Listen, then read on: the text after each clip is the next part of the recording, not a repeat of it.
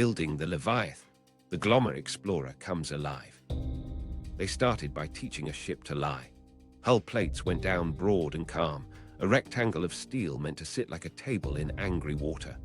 Below the waterline, thrusters circled her like muscles around a spine, each ready to nudge her back when wind and swell tried to push. At the center was the secret, a moon pool, a mouth in the belly where the ocean could rise inside, unseen. Industry on the outside, espionage in the core. Launched in June 1974 under the Hughes banner, the Glomar Explorer had to do 3 jobs at once: be a believable mining platform, hold station over a point the size of a tennis court, and swallow a Soviet submarine in silence. Stakes were everywhere. Drift 10 feet, and 3 miles of pipe would twist like a spring. Stall a moon pool door, and the capture vehicle would hang between daylight and cover. Blink on the control system, and every joint would feel a jolt. It wasn't designed to survive. Action looked like welding arcs, sleepless benches, and arguments with needles on gauges. Global Marine's dynamic positioning brain grew out of racks of gyros and analog computers that turned wind and wave into math a hull could obey. Heave compensation rams, tall as trees, learned a strange ballet: push when the ocean pulled, yield when it shoved, so the pipe didn't pick up the ship's breathing. Controllers drilled handovers at the console because hands get tired long before steel admits it. Meanwhile, in a sealed bay, Clementon took form. Not a cartoon claw, more a lattice of ribs and sills built to bear on frames, not thin plating. Fingers hinged and rehinged as metallurgists argued over alloys that wouldn't turn brittle in cold, high pressure. Pressure pads turned contact into numbers the operators could feel with their eyes. Cameras peered from armored housings beside floodlights with shrouds, so backscatter wouldn't blind the pilots in their own snowstorm of silt. A problem kept slipping out of meetings like a draft: crush risk. Soviet steel had been shocked by catastrophe, then salted for 6 years at roughly 16,500 feet. The claw had to be strong and gentle at once, so they spread load: more beams, more sills, more weight. Every pound walked back up the pipe math and landed on deck as a new argument with ballast and joint stress. The system held on paper, but paper prefers perfect weather. Logistics became a magic trick you could watch and still not see. The Hughes mining barge, HMB-1, hid Clementon inside a floating box. Crews assembled, tested, and mated the capture vehicle away from lenses, then flooded the barge, sank it, and let the ship rise above to take delivery through the moon pool. In port, the choreography had to look boring. Pipe joints with fresh threads received serials, inspections, and anti-gall compound, then stacked like cordwood with just enough theatre. The descent, contact with the dead. They waited for a weather breath that wasn't kind, just less cruel. Then a quiet word on the net: begin. The drill floor woke up. Pins clacked, tongs bit, and the first joint of pipe slid through the moon pool into black water that ate light like it was hungry. Joint after joint followed, each one talked, stamped, logged. The ship held her spot like a man holding his breath, thrusters whispering corrections no eye could see. Stakes were simple and heavy. 3 miles of steel hung from the belly of a ship that couldn't drift a dozen feet without putting torsion into every thread. Heave compensation groaned and breathed, turning the ocean's punch into something the pipe could forgive. If a joint seized at depth, nobody could walk it off with a wrench. If the string bowed, it could whip and shear. There was no backup plan that didn't end in silence. The descent felt like hours poured into a long, dark funnel. Operators watched needles and numbers as if they were faces. Tension climbed in a careful staircase. Talk settled, then twitched when a wave and a gust found each other. The compensators pushed back and the twitch smoothed. You don't fix the sea. You coax it into forgetting you exist. Meanwhile, on the grey edge of the box, 2 Soviet trawlers drifted like they had nowhere better to be. Nets went down, came up clean, went down again.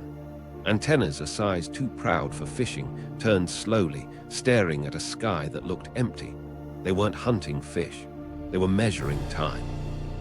Clementon took weight with a shudder you felt in deck plates. Cameras bloomed into snow, silt, plankton, backscatter. Floodlights carved tunnels that ended in brown fog. Sonar painted a low hill where broken frames had become terrain. The voice on the downlink kept the room small, 5 degrees starboard, ease, hold. Fingers opened and closed in patient tests, the pressure pads sending back a language of force the pilots learned by feel. Touchdown wasn't a thud, it was a negotiation. The capture fingers slid under torn edges and backed away from plating that would crumble if hugged. They searched for ribs that still remembered being strong. A pad read a number that said enough. Another read, not yet. They moved in millimeters. You can't muscle a dead boat at 16,500 feet. You ask it to come with you. Up top, nobody passed coffee. Men stared at gauges like they were windows.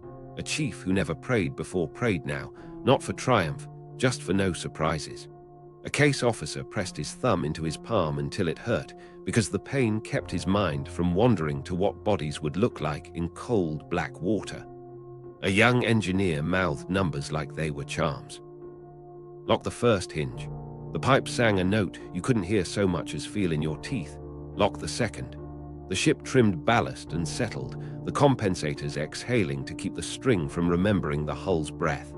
The pads read evenly enough across 3 points. Someone let out a breath like he was afraid the air would tip the scale. The lift began in whispers. 1 ton less on the mud, 1 ton more on the ship. Suction didn't let go. It argued. The operators eased ascent speed to a number that looked like patience. Telemetry flickered when a camera kissed silt and went blind, then came back in static and grit. The computer kept the flags green, except for one blink when wind and swell tried to line up. Thrusters hunted, found, and the blink died. Halfway off the bottom, the pipe carried the story of every wave the hull had met. Tiny torsion pulses ran down the string like gossip. Metallurgists somewhere on shore had warned about fatigue breeding in threads. On deck, the warnings became a small superstition. Nobody said good when a number held. They said steady and looked away. Meanwhile, in the grey, a trawler's skipper took a note from a man who didn't look like a fisherman. Maintain course. Report anomalous soundings. The skipper shrugged. He'd been paid to be patient. Patience was easy when the radio stayed quiet and the sea was a slate. At depth, Clementon climbed with a grace that didn't belong to steel. Then a groan came up the pipe like a long, slow regret, not a snap, a decision. Telemetry hiccuped, then climbed in a jagged run.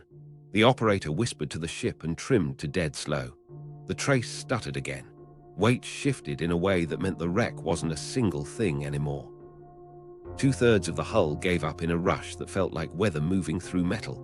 Tension dropped hard, paused, dropped again. Something heavy fell away into black, silent for a long count, then a slow thud came back as a vibration in the string. The room listened to absence. The operator kept the climb alive by ounces.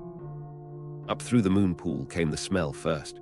Old oil, salt, something like a harbor at night. The piece rose slow, bent plating, a slice of bulkhead, cables that once carried orders, and bodies, not many, enough to take the air out of the deck. Work stopped without anyone calling it. Later accounts would say several remains were recovered and given burial at sea with honors. In that moment, men looked away, then looked back, because respect is a kind of steadiness too. The lift continued in inches. Ballast shifted to tame a center of gravity that had moved somewhere inconvenient. The pipe creaked like a door thinking about its hinges. Numbers held. The ship breathed without passing it down the string. The ocean didn't cheer. It doesn't do that. It grades. On the grey horizon, the trawlers didn't surge or flee. They just were like facts. Calm, patient, present. The audience a good heist never wants. And on a steel deck far from any shore, men learned what it feels like when physics keeps its promises and mercy does not. The break, what fell back into the dark. It didn't fail like a movie prop. It failed like something old remembering how to let go. A long, low groan traveled up the pipe, through the decks into teeth. Not a crack, a surrender. The tension trace jagged upward, then dipped like it had missed a step. One word on the net, hold. Stakes turned from theory to anatomy. If the load tore free all at once, the pipe could whip, joints could unzip, the moon pool could become a mouth that bit its own tongue. If it let go in pieces, falling sections could scythe the string, twist Clementon sideways into knives made from frames. Worst of all, a partial cling could turn the whole assembly into a lever with no fulcrum, asking weak joints to act strong. Action crowded the room. Controllers eased ascent speed until the number looked like stillness. Heave comp breathed in quarter notes, stealing inches from waves before the ocean could pass its punch to the pipe. Thrusters whispered against one another to keep the hull pinned to a box no eye could see. Downlink showed snow, then a smear of structure, then nothing but grit again. Somewhere below, load redistributed itself with the logic of corrosion. A high metallic whine peeped from a clamp and died when an operator stole a few pounds from the string. Another hiccup on the trace. Then a sudden, heavy absence, like a thought removed mid-sentence. Tension dropped a third in one blink, paused in a mean stillness, then dropped again. Something large was falling away into black where nothing falls quickly. Men counted beats they couldn't hear and felt a soft thud return as a shiver in steel.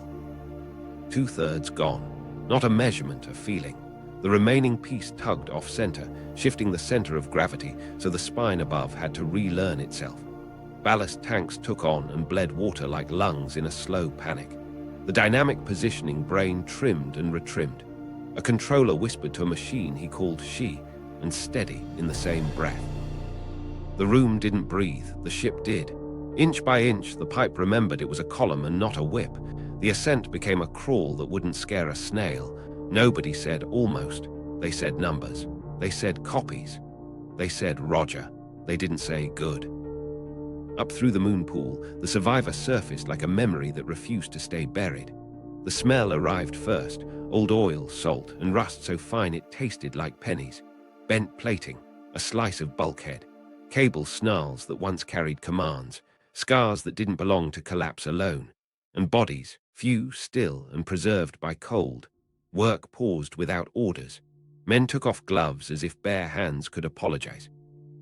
Later, they would be wrapped, honored, and given to the sea with words that crossed borders better than politics. Shock moved in straight lines. The team secured what they had like it was both evidence and a guest. Straps found steel. Tags found surfaces. Cameras found angles that told stories without telling all of them. A chaplain without a title spoke in a voice that made men stand a little straighter. The burial was quiet on purpose. Flags, music damped by wind, simple words, no chest beating. The film would live in a safe, and then in a second country years later. Back at the console, nobody could afford reverence long. A shifted center meant every foot up was a new problem. The pipe creaked like a hinge deciding whether to be loyal. Heave comp kept the ship's breath from walking down the string. One bad gust lined up with one honest swell and tried to lean the world. Thrusters argued back and won by a hair. The operators trimmed ascent to a crawl that felt like penance. Across the grey horizon, the trawlers didn't change speed. They didn't blink.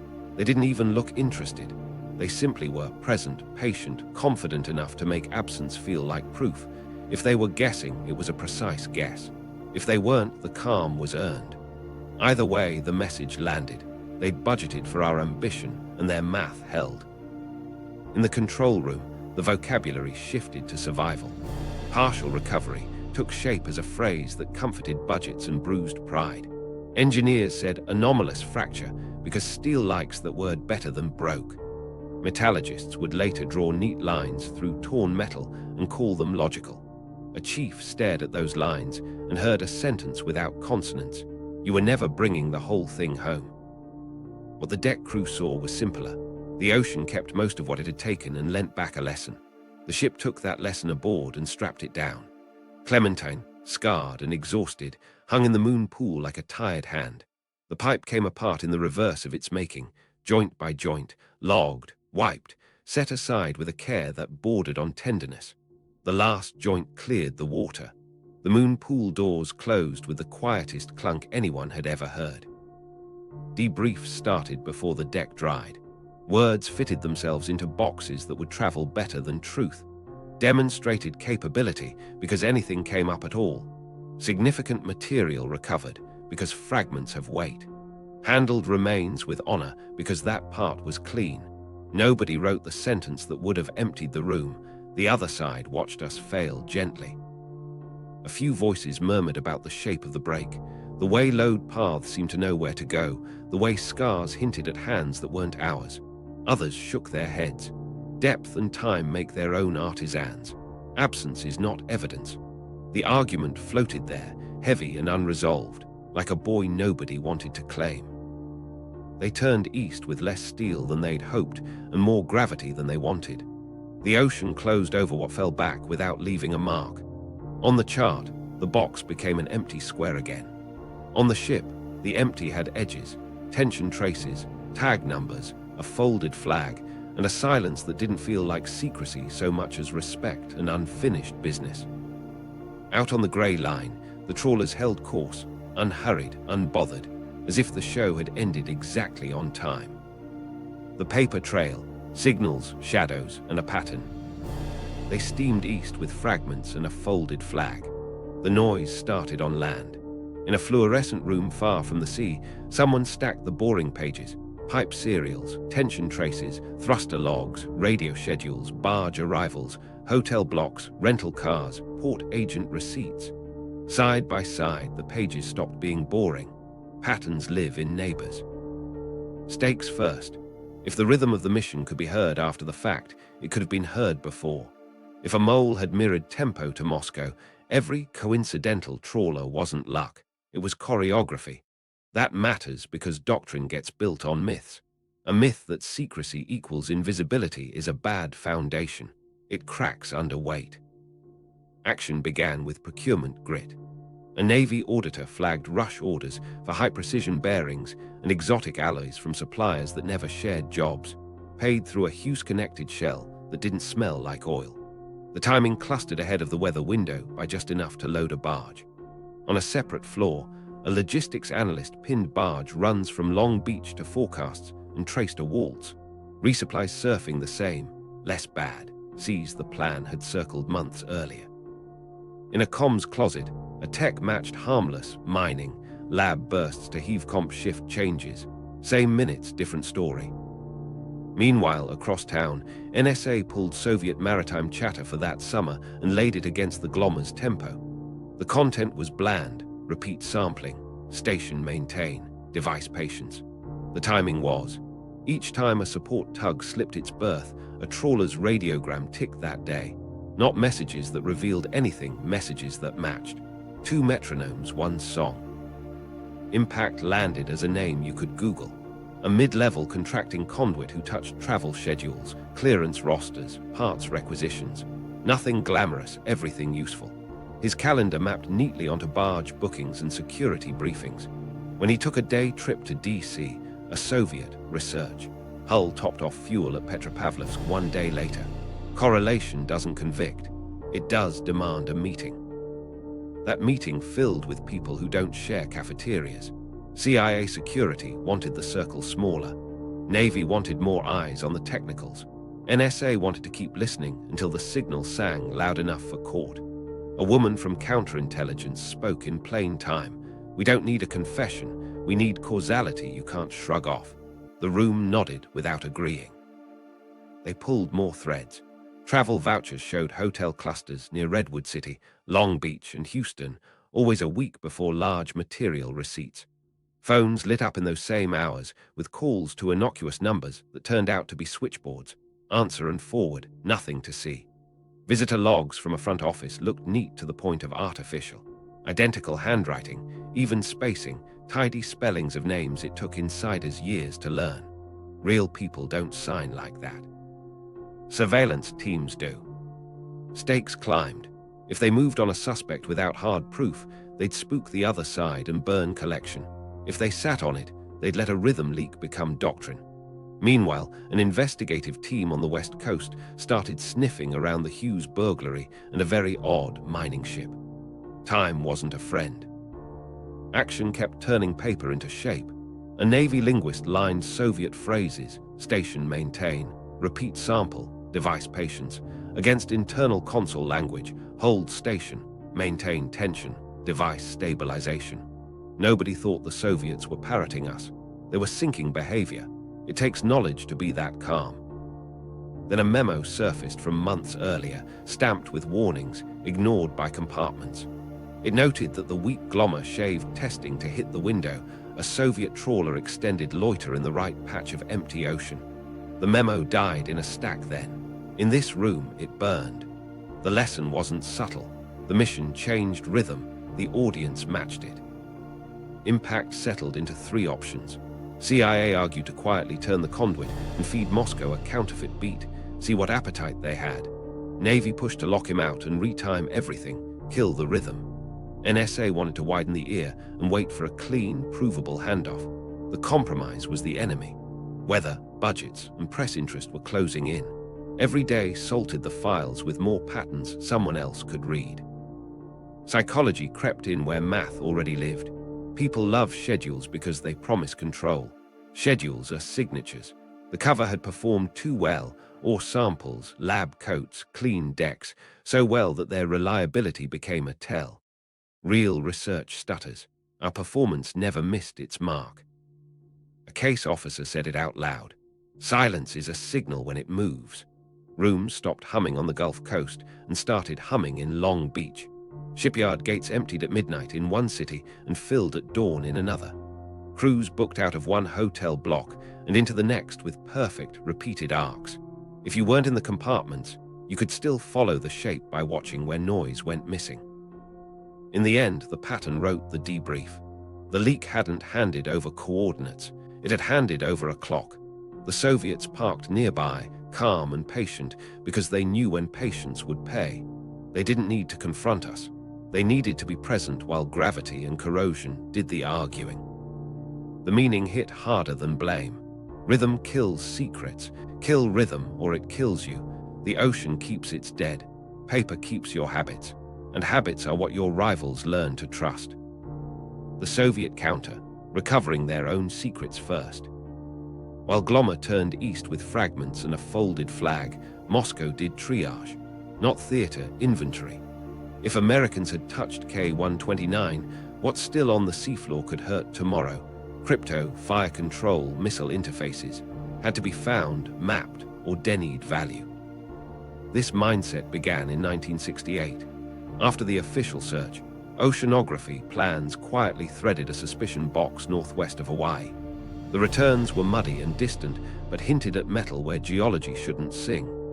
Next came survey disguised as fishing. Research, trawlers loitered where nets made poor money but good cover.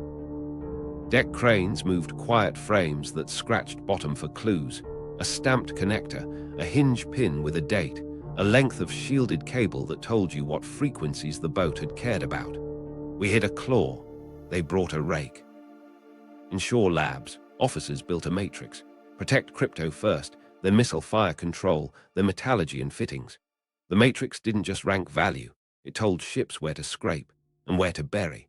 Make the critical ungrabbable. A few careful drags to deepen silt over a safe. A twist to trap a component beneath a frame that would snap under hoist.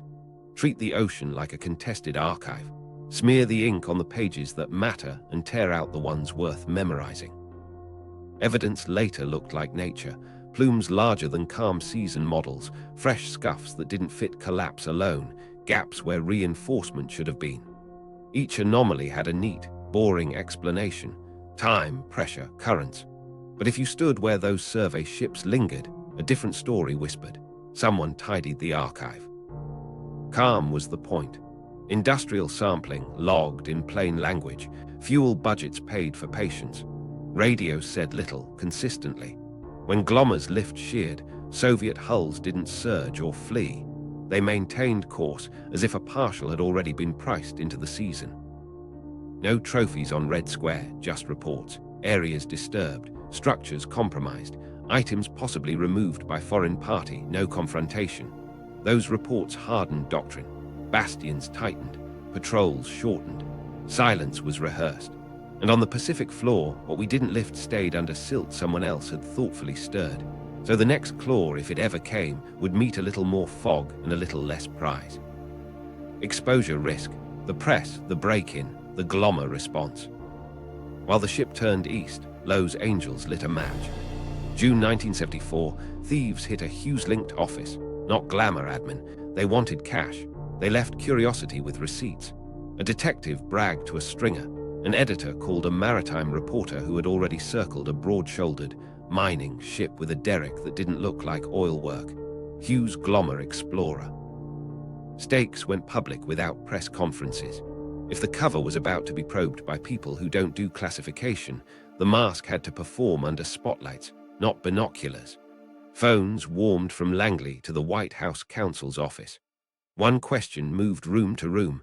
How do you keep a secret alive without lying on the record? Quiet visits framed it as national security, not scandal. Editors agreed to hold drafts for days, not months, if they could get a boundary they could live with. Government lawyers workshopped a posture into a sentence. We can neither confirm nor deny the existence of records responsive to your request. The Glomar response was born, polite, empty, and exactly what the moment required. Reporters pushed because that's the job. A columnist drafted Submarine. The call back wasn't a threat. It was a picture ongoing operations, foreign watchstanders, a window where an incautious noun could force a confrontation. He paused, then didn't. By March 1975, the outline surfaced.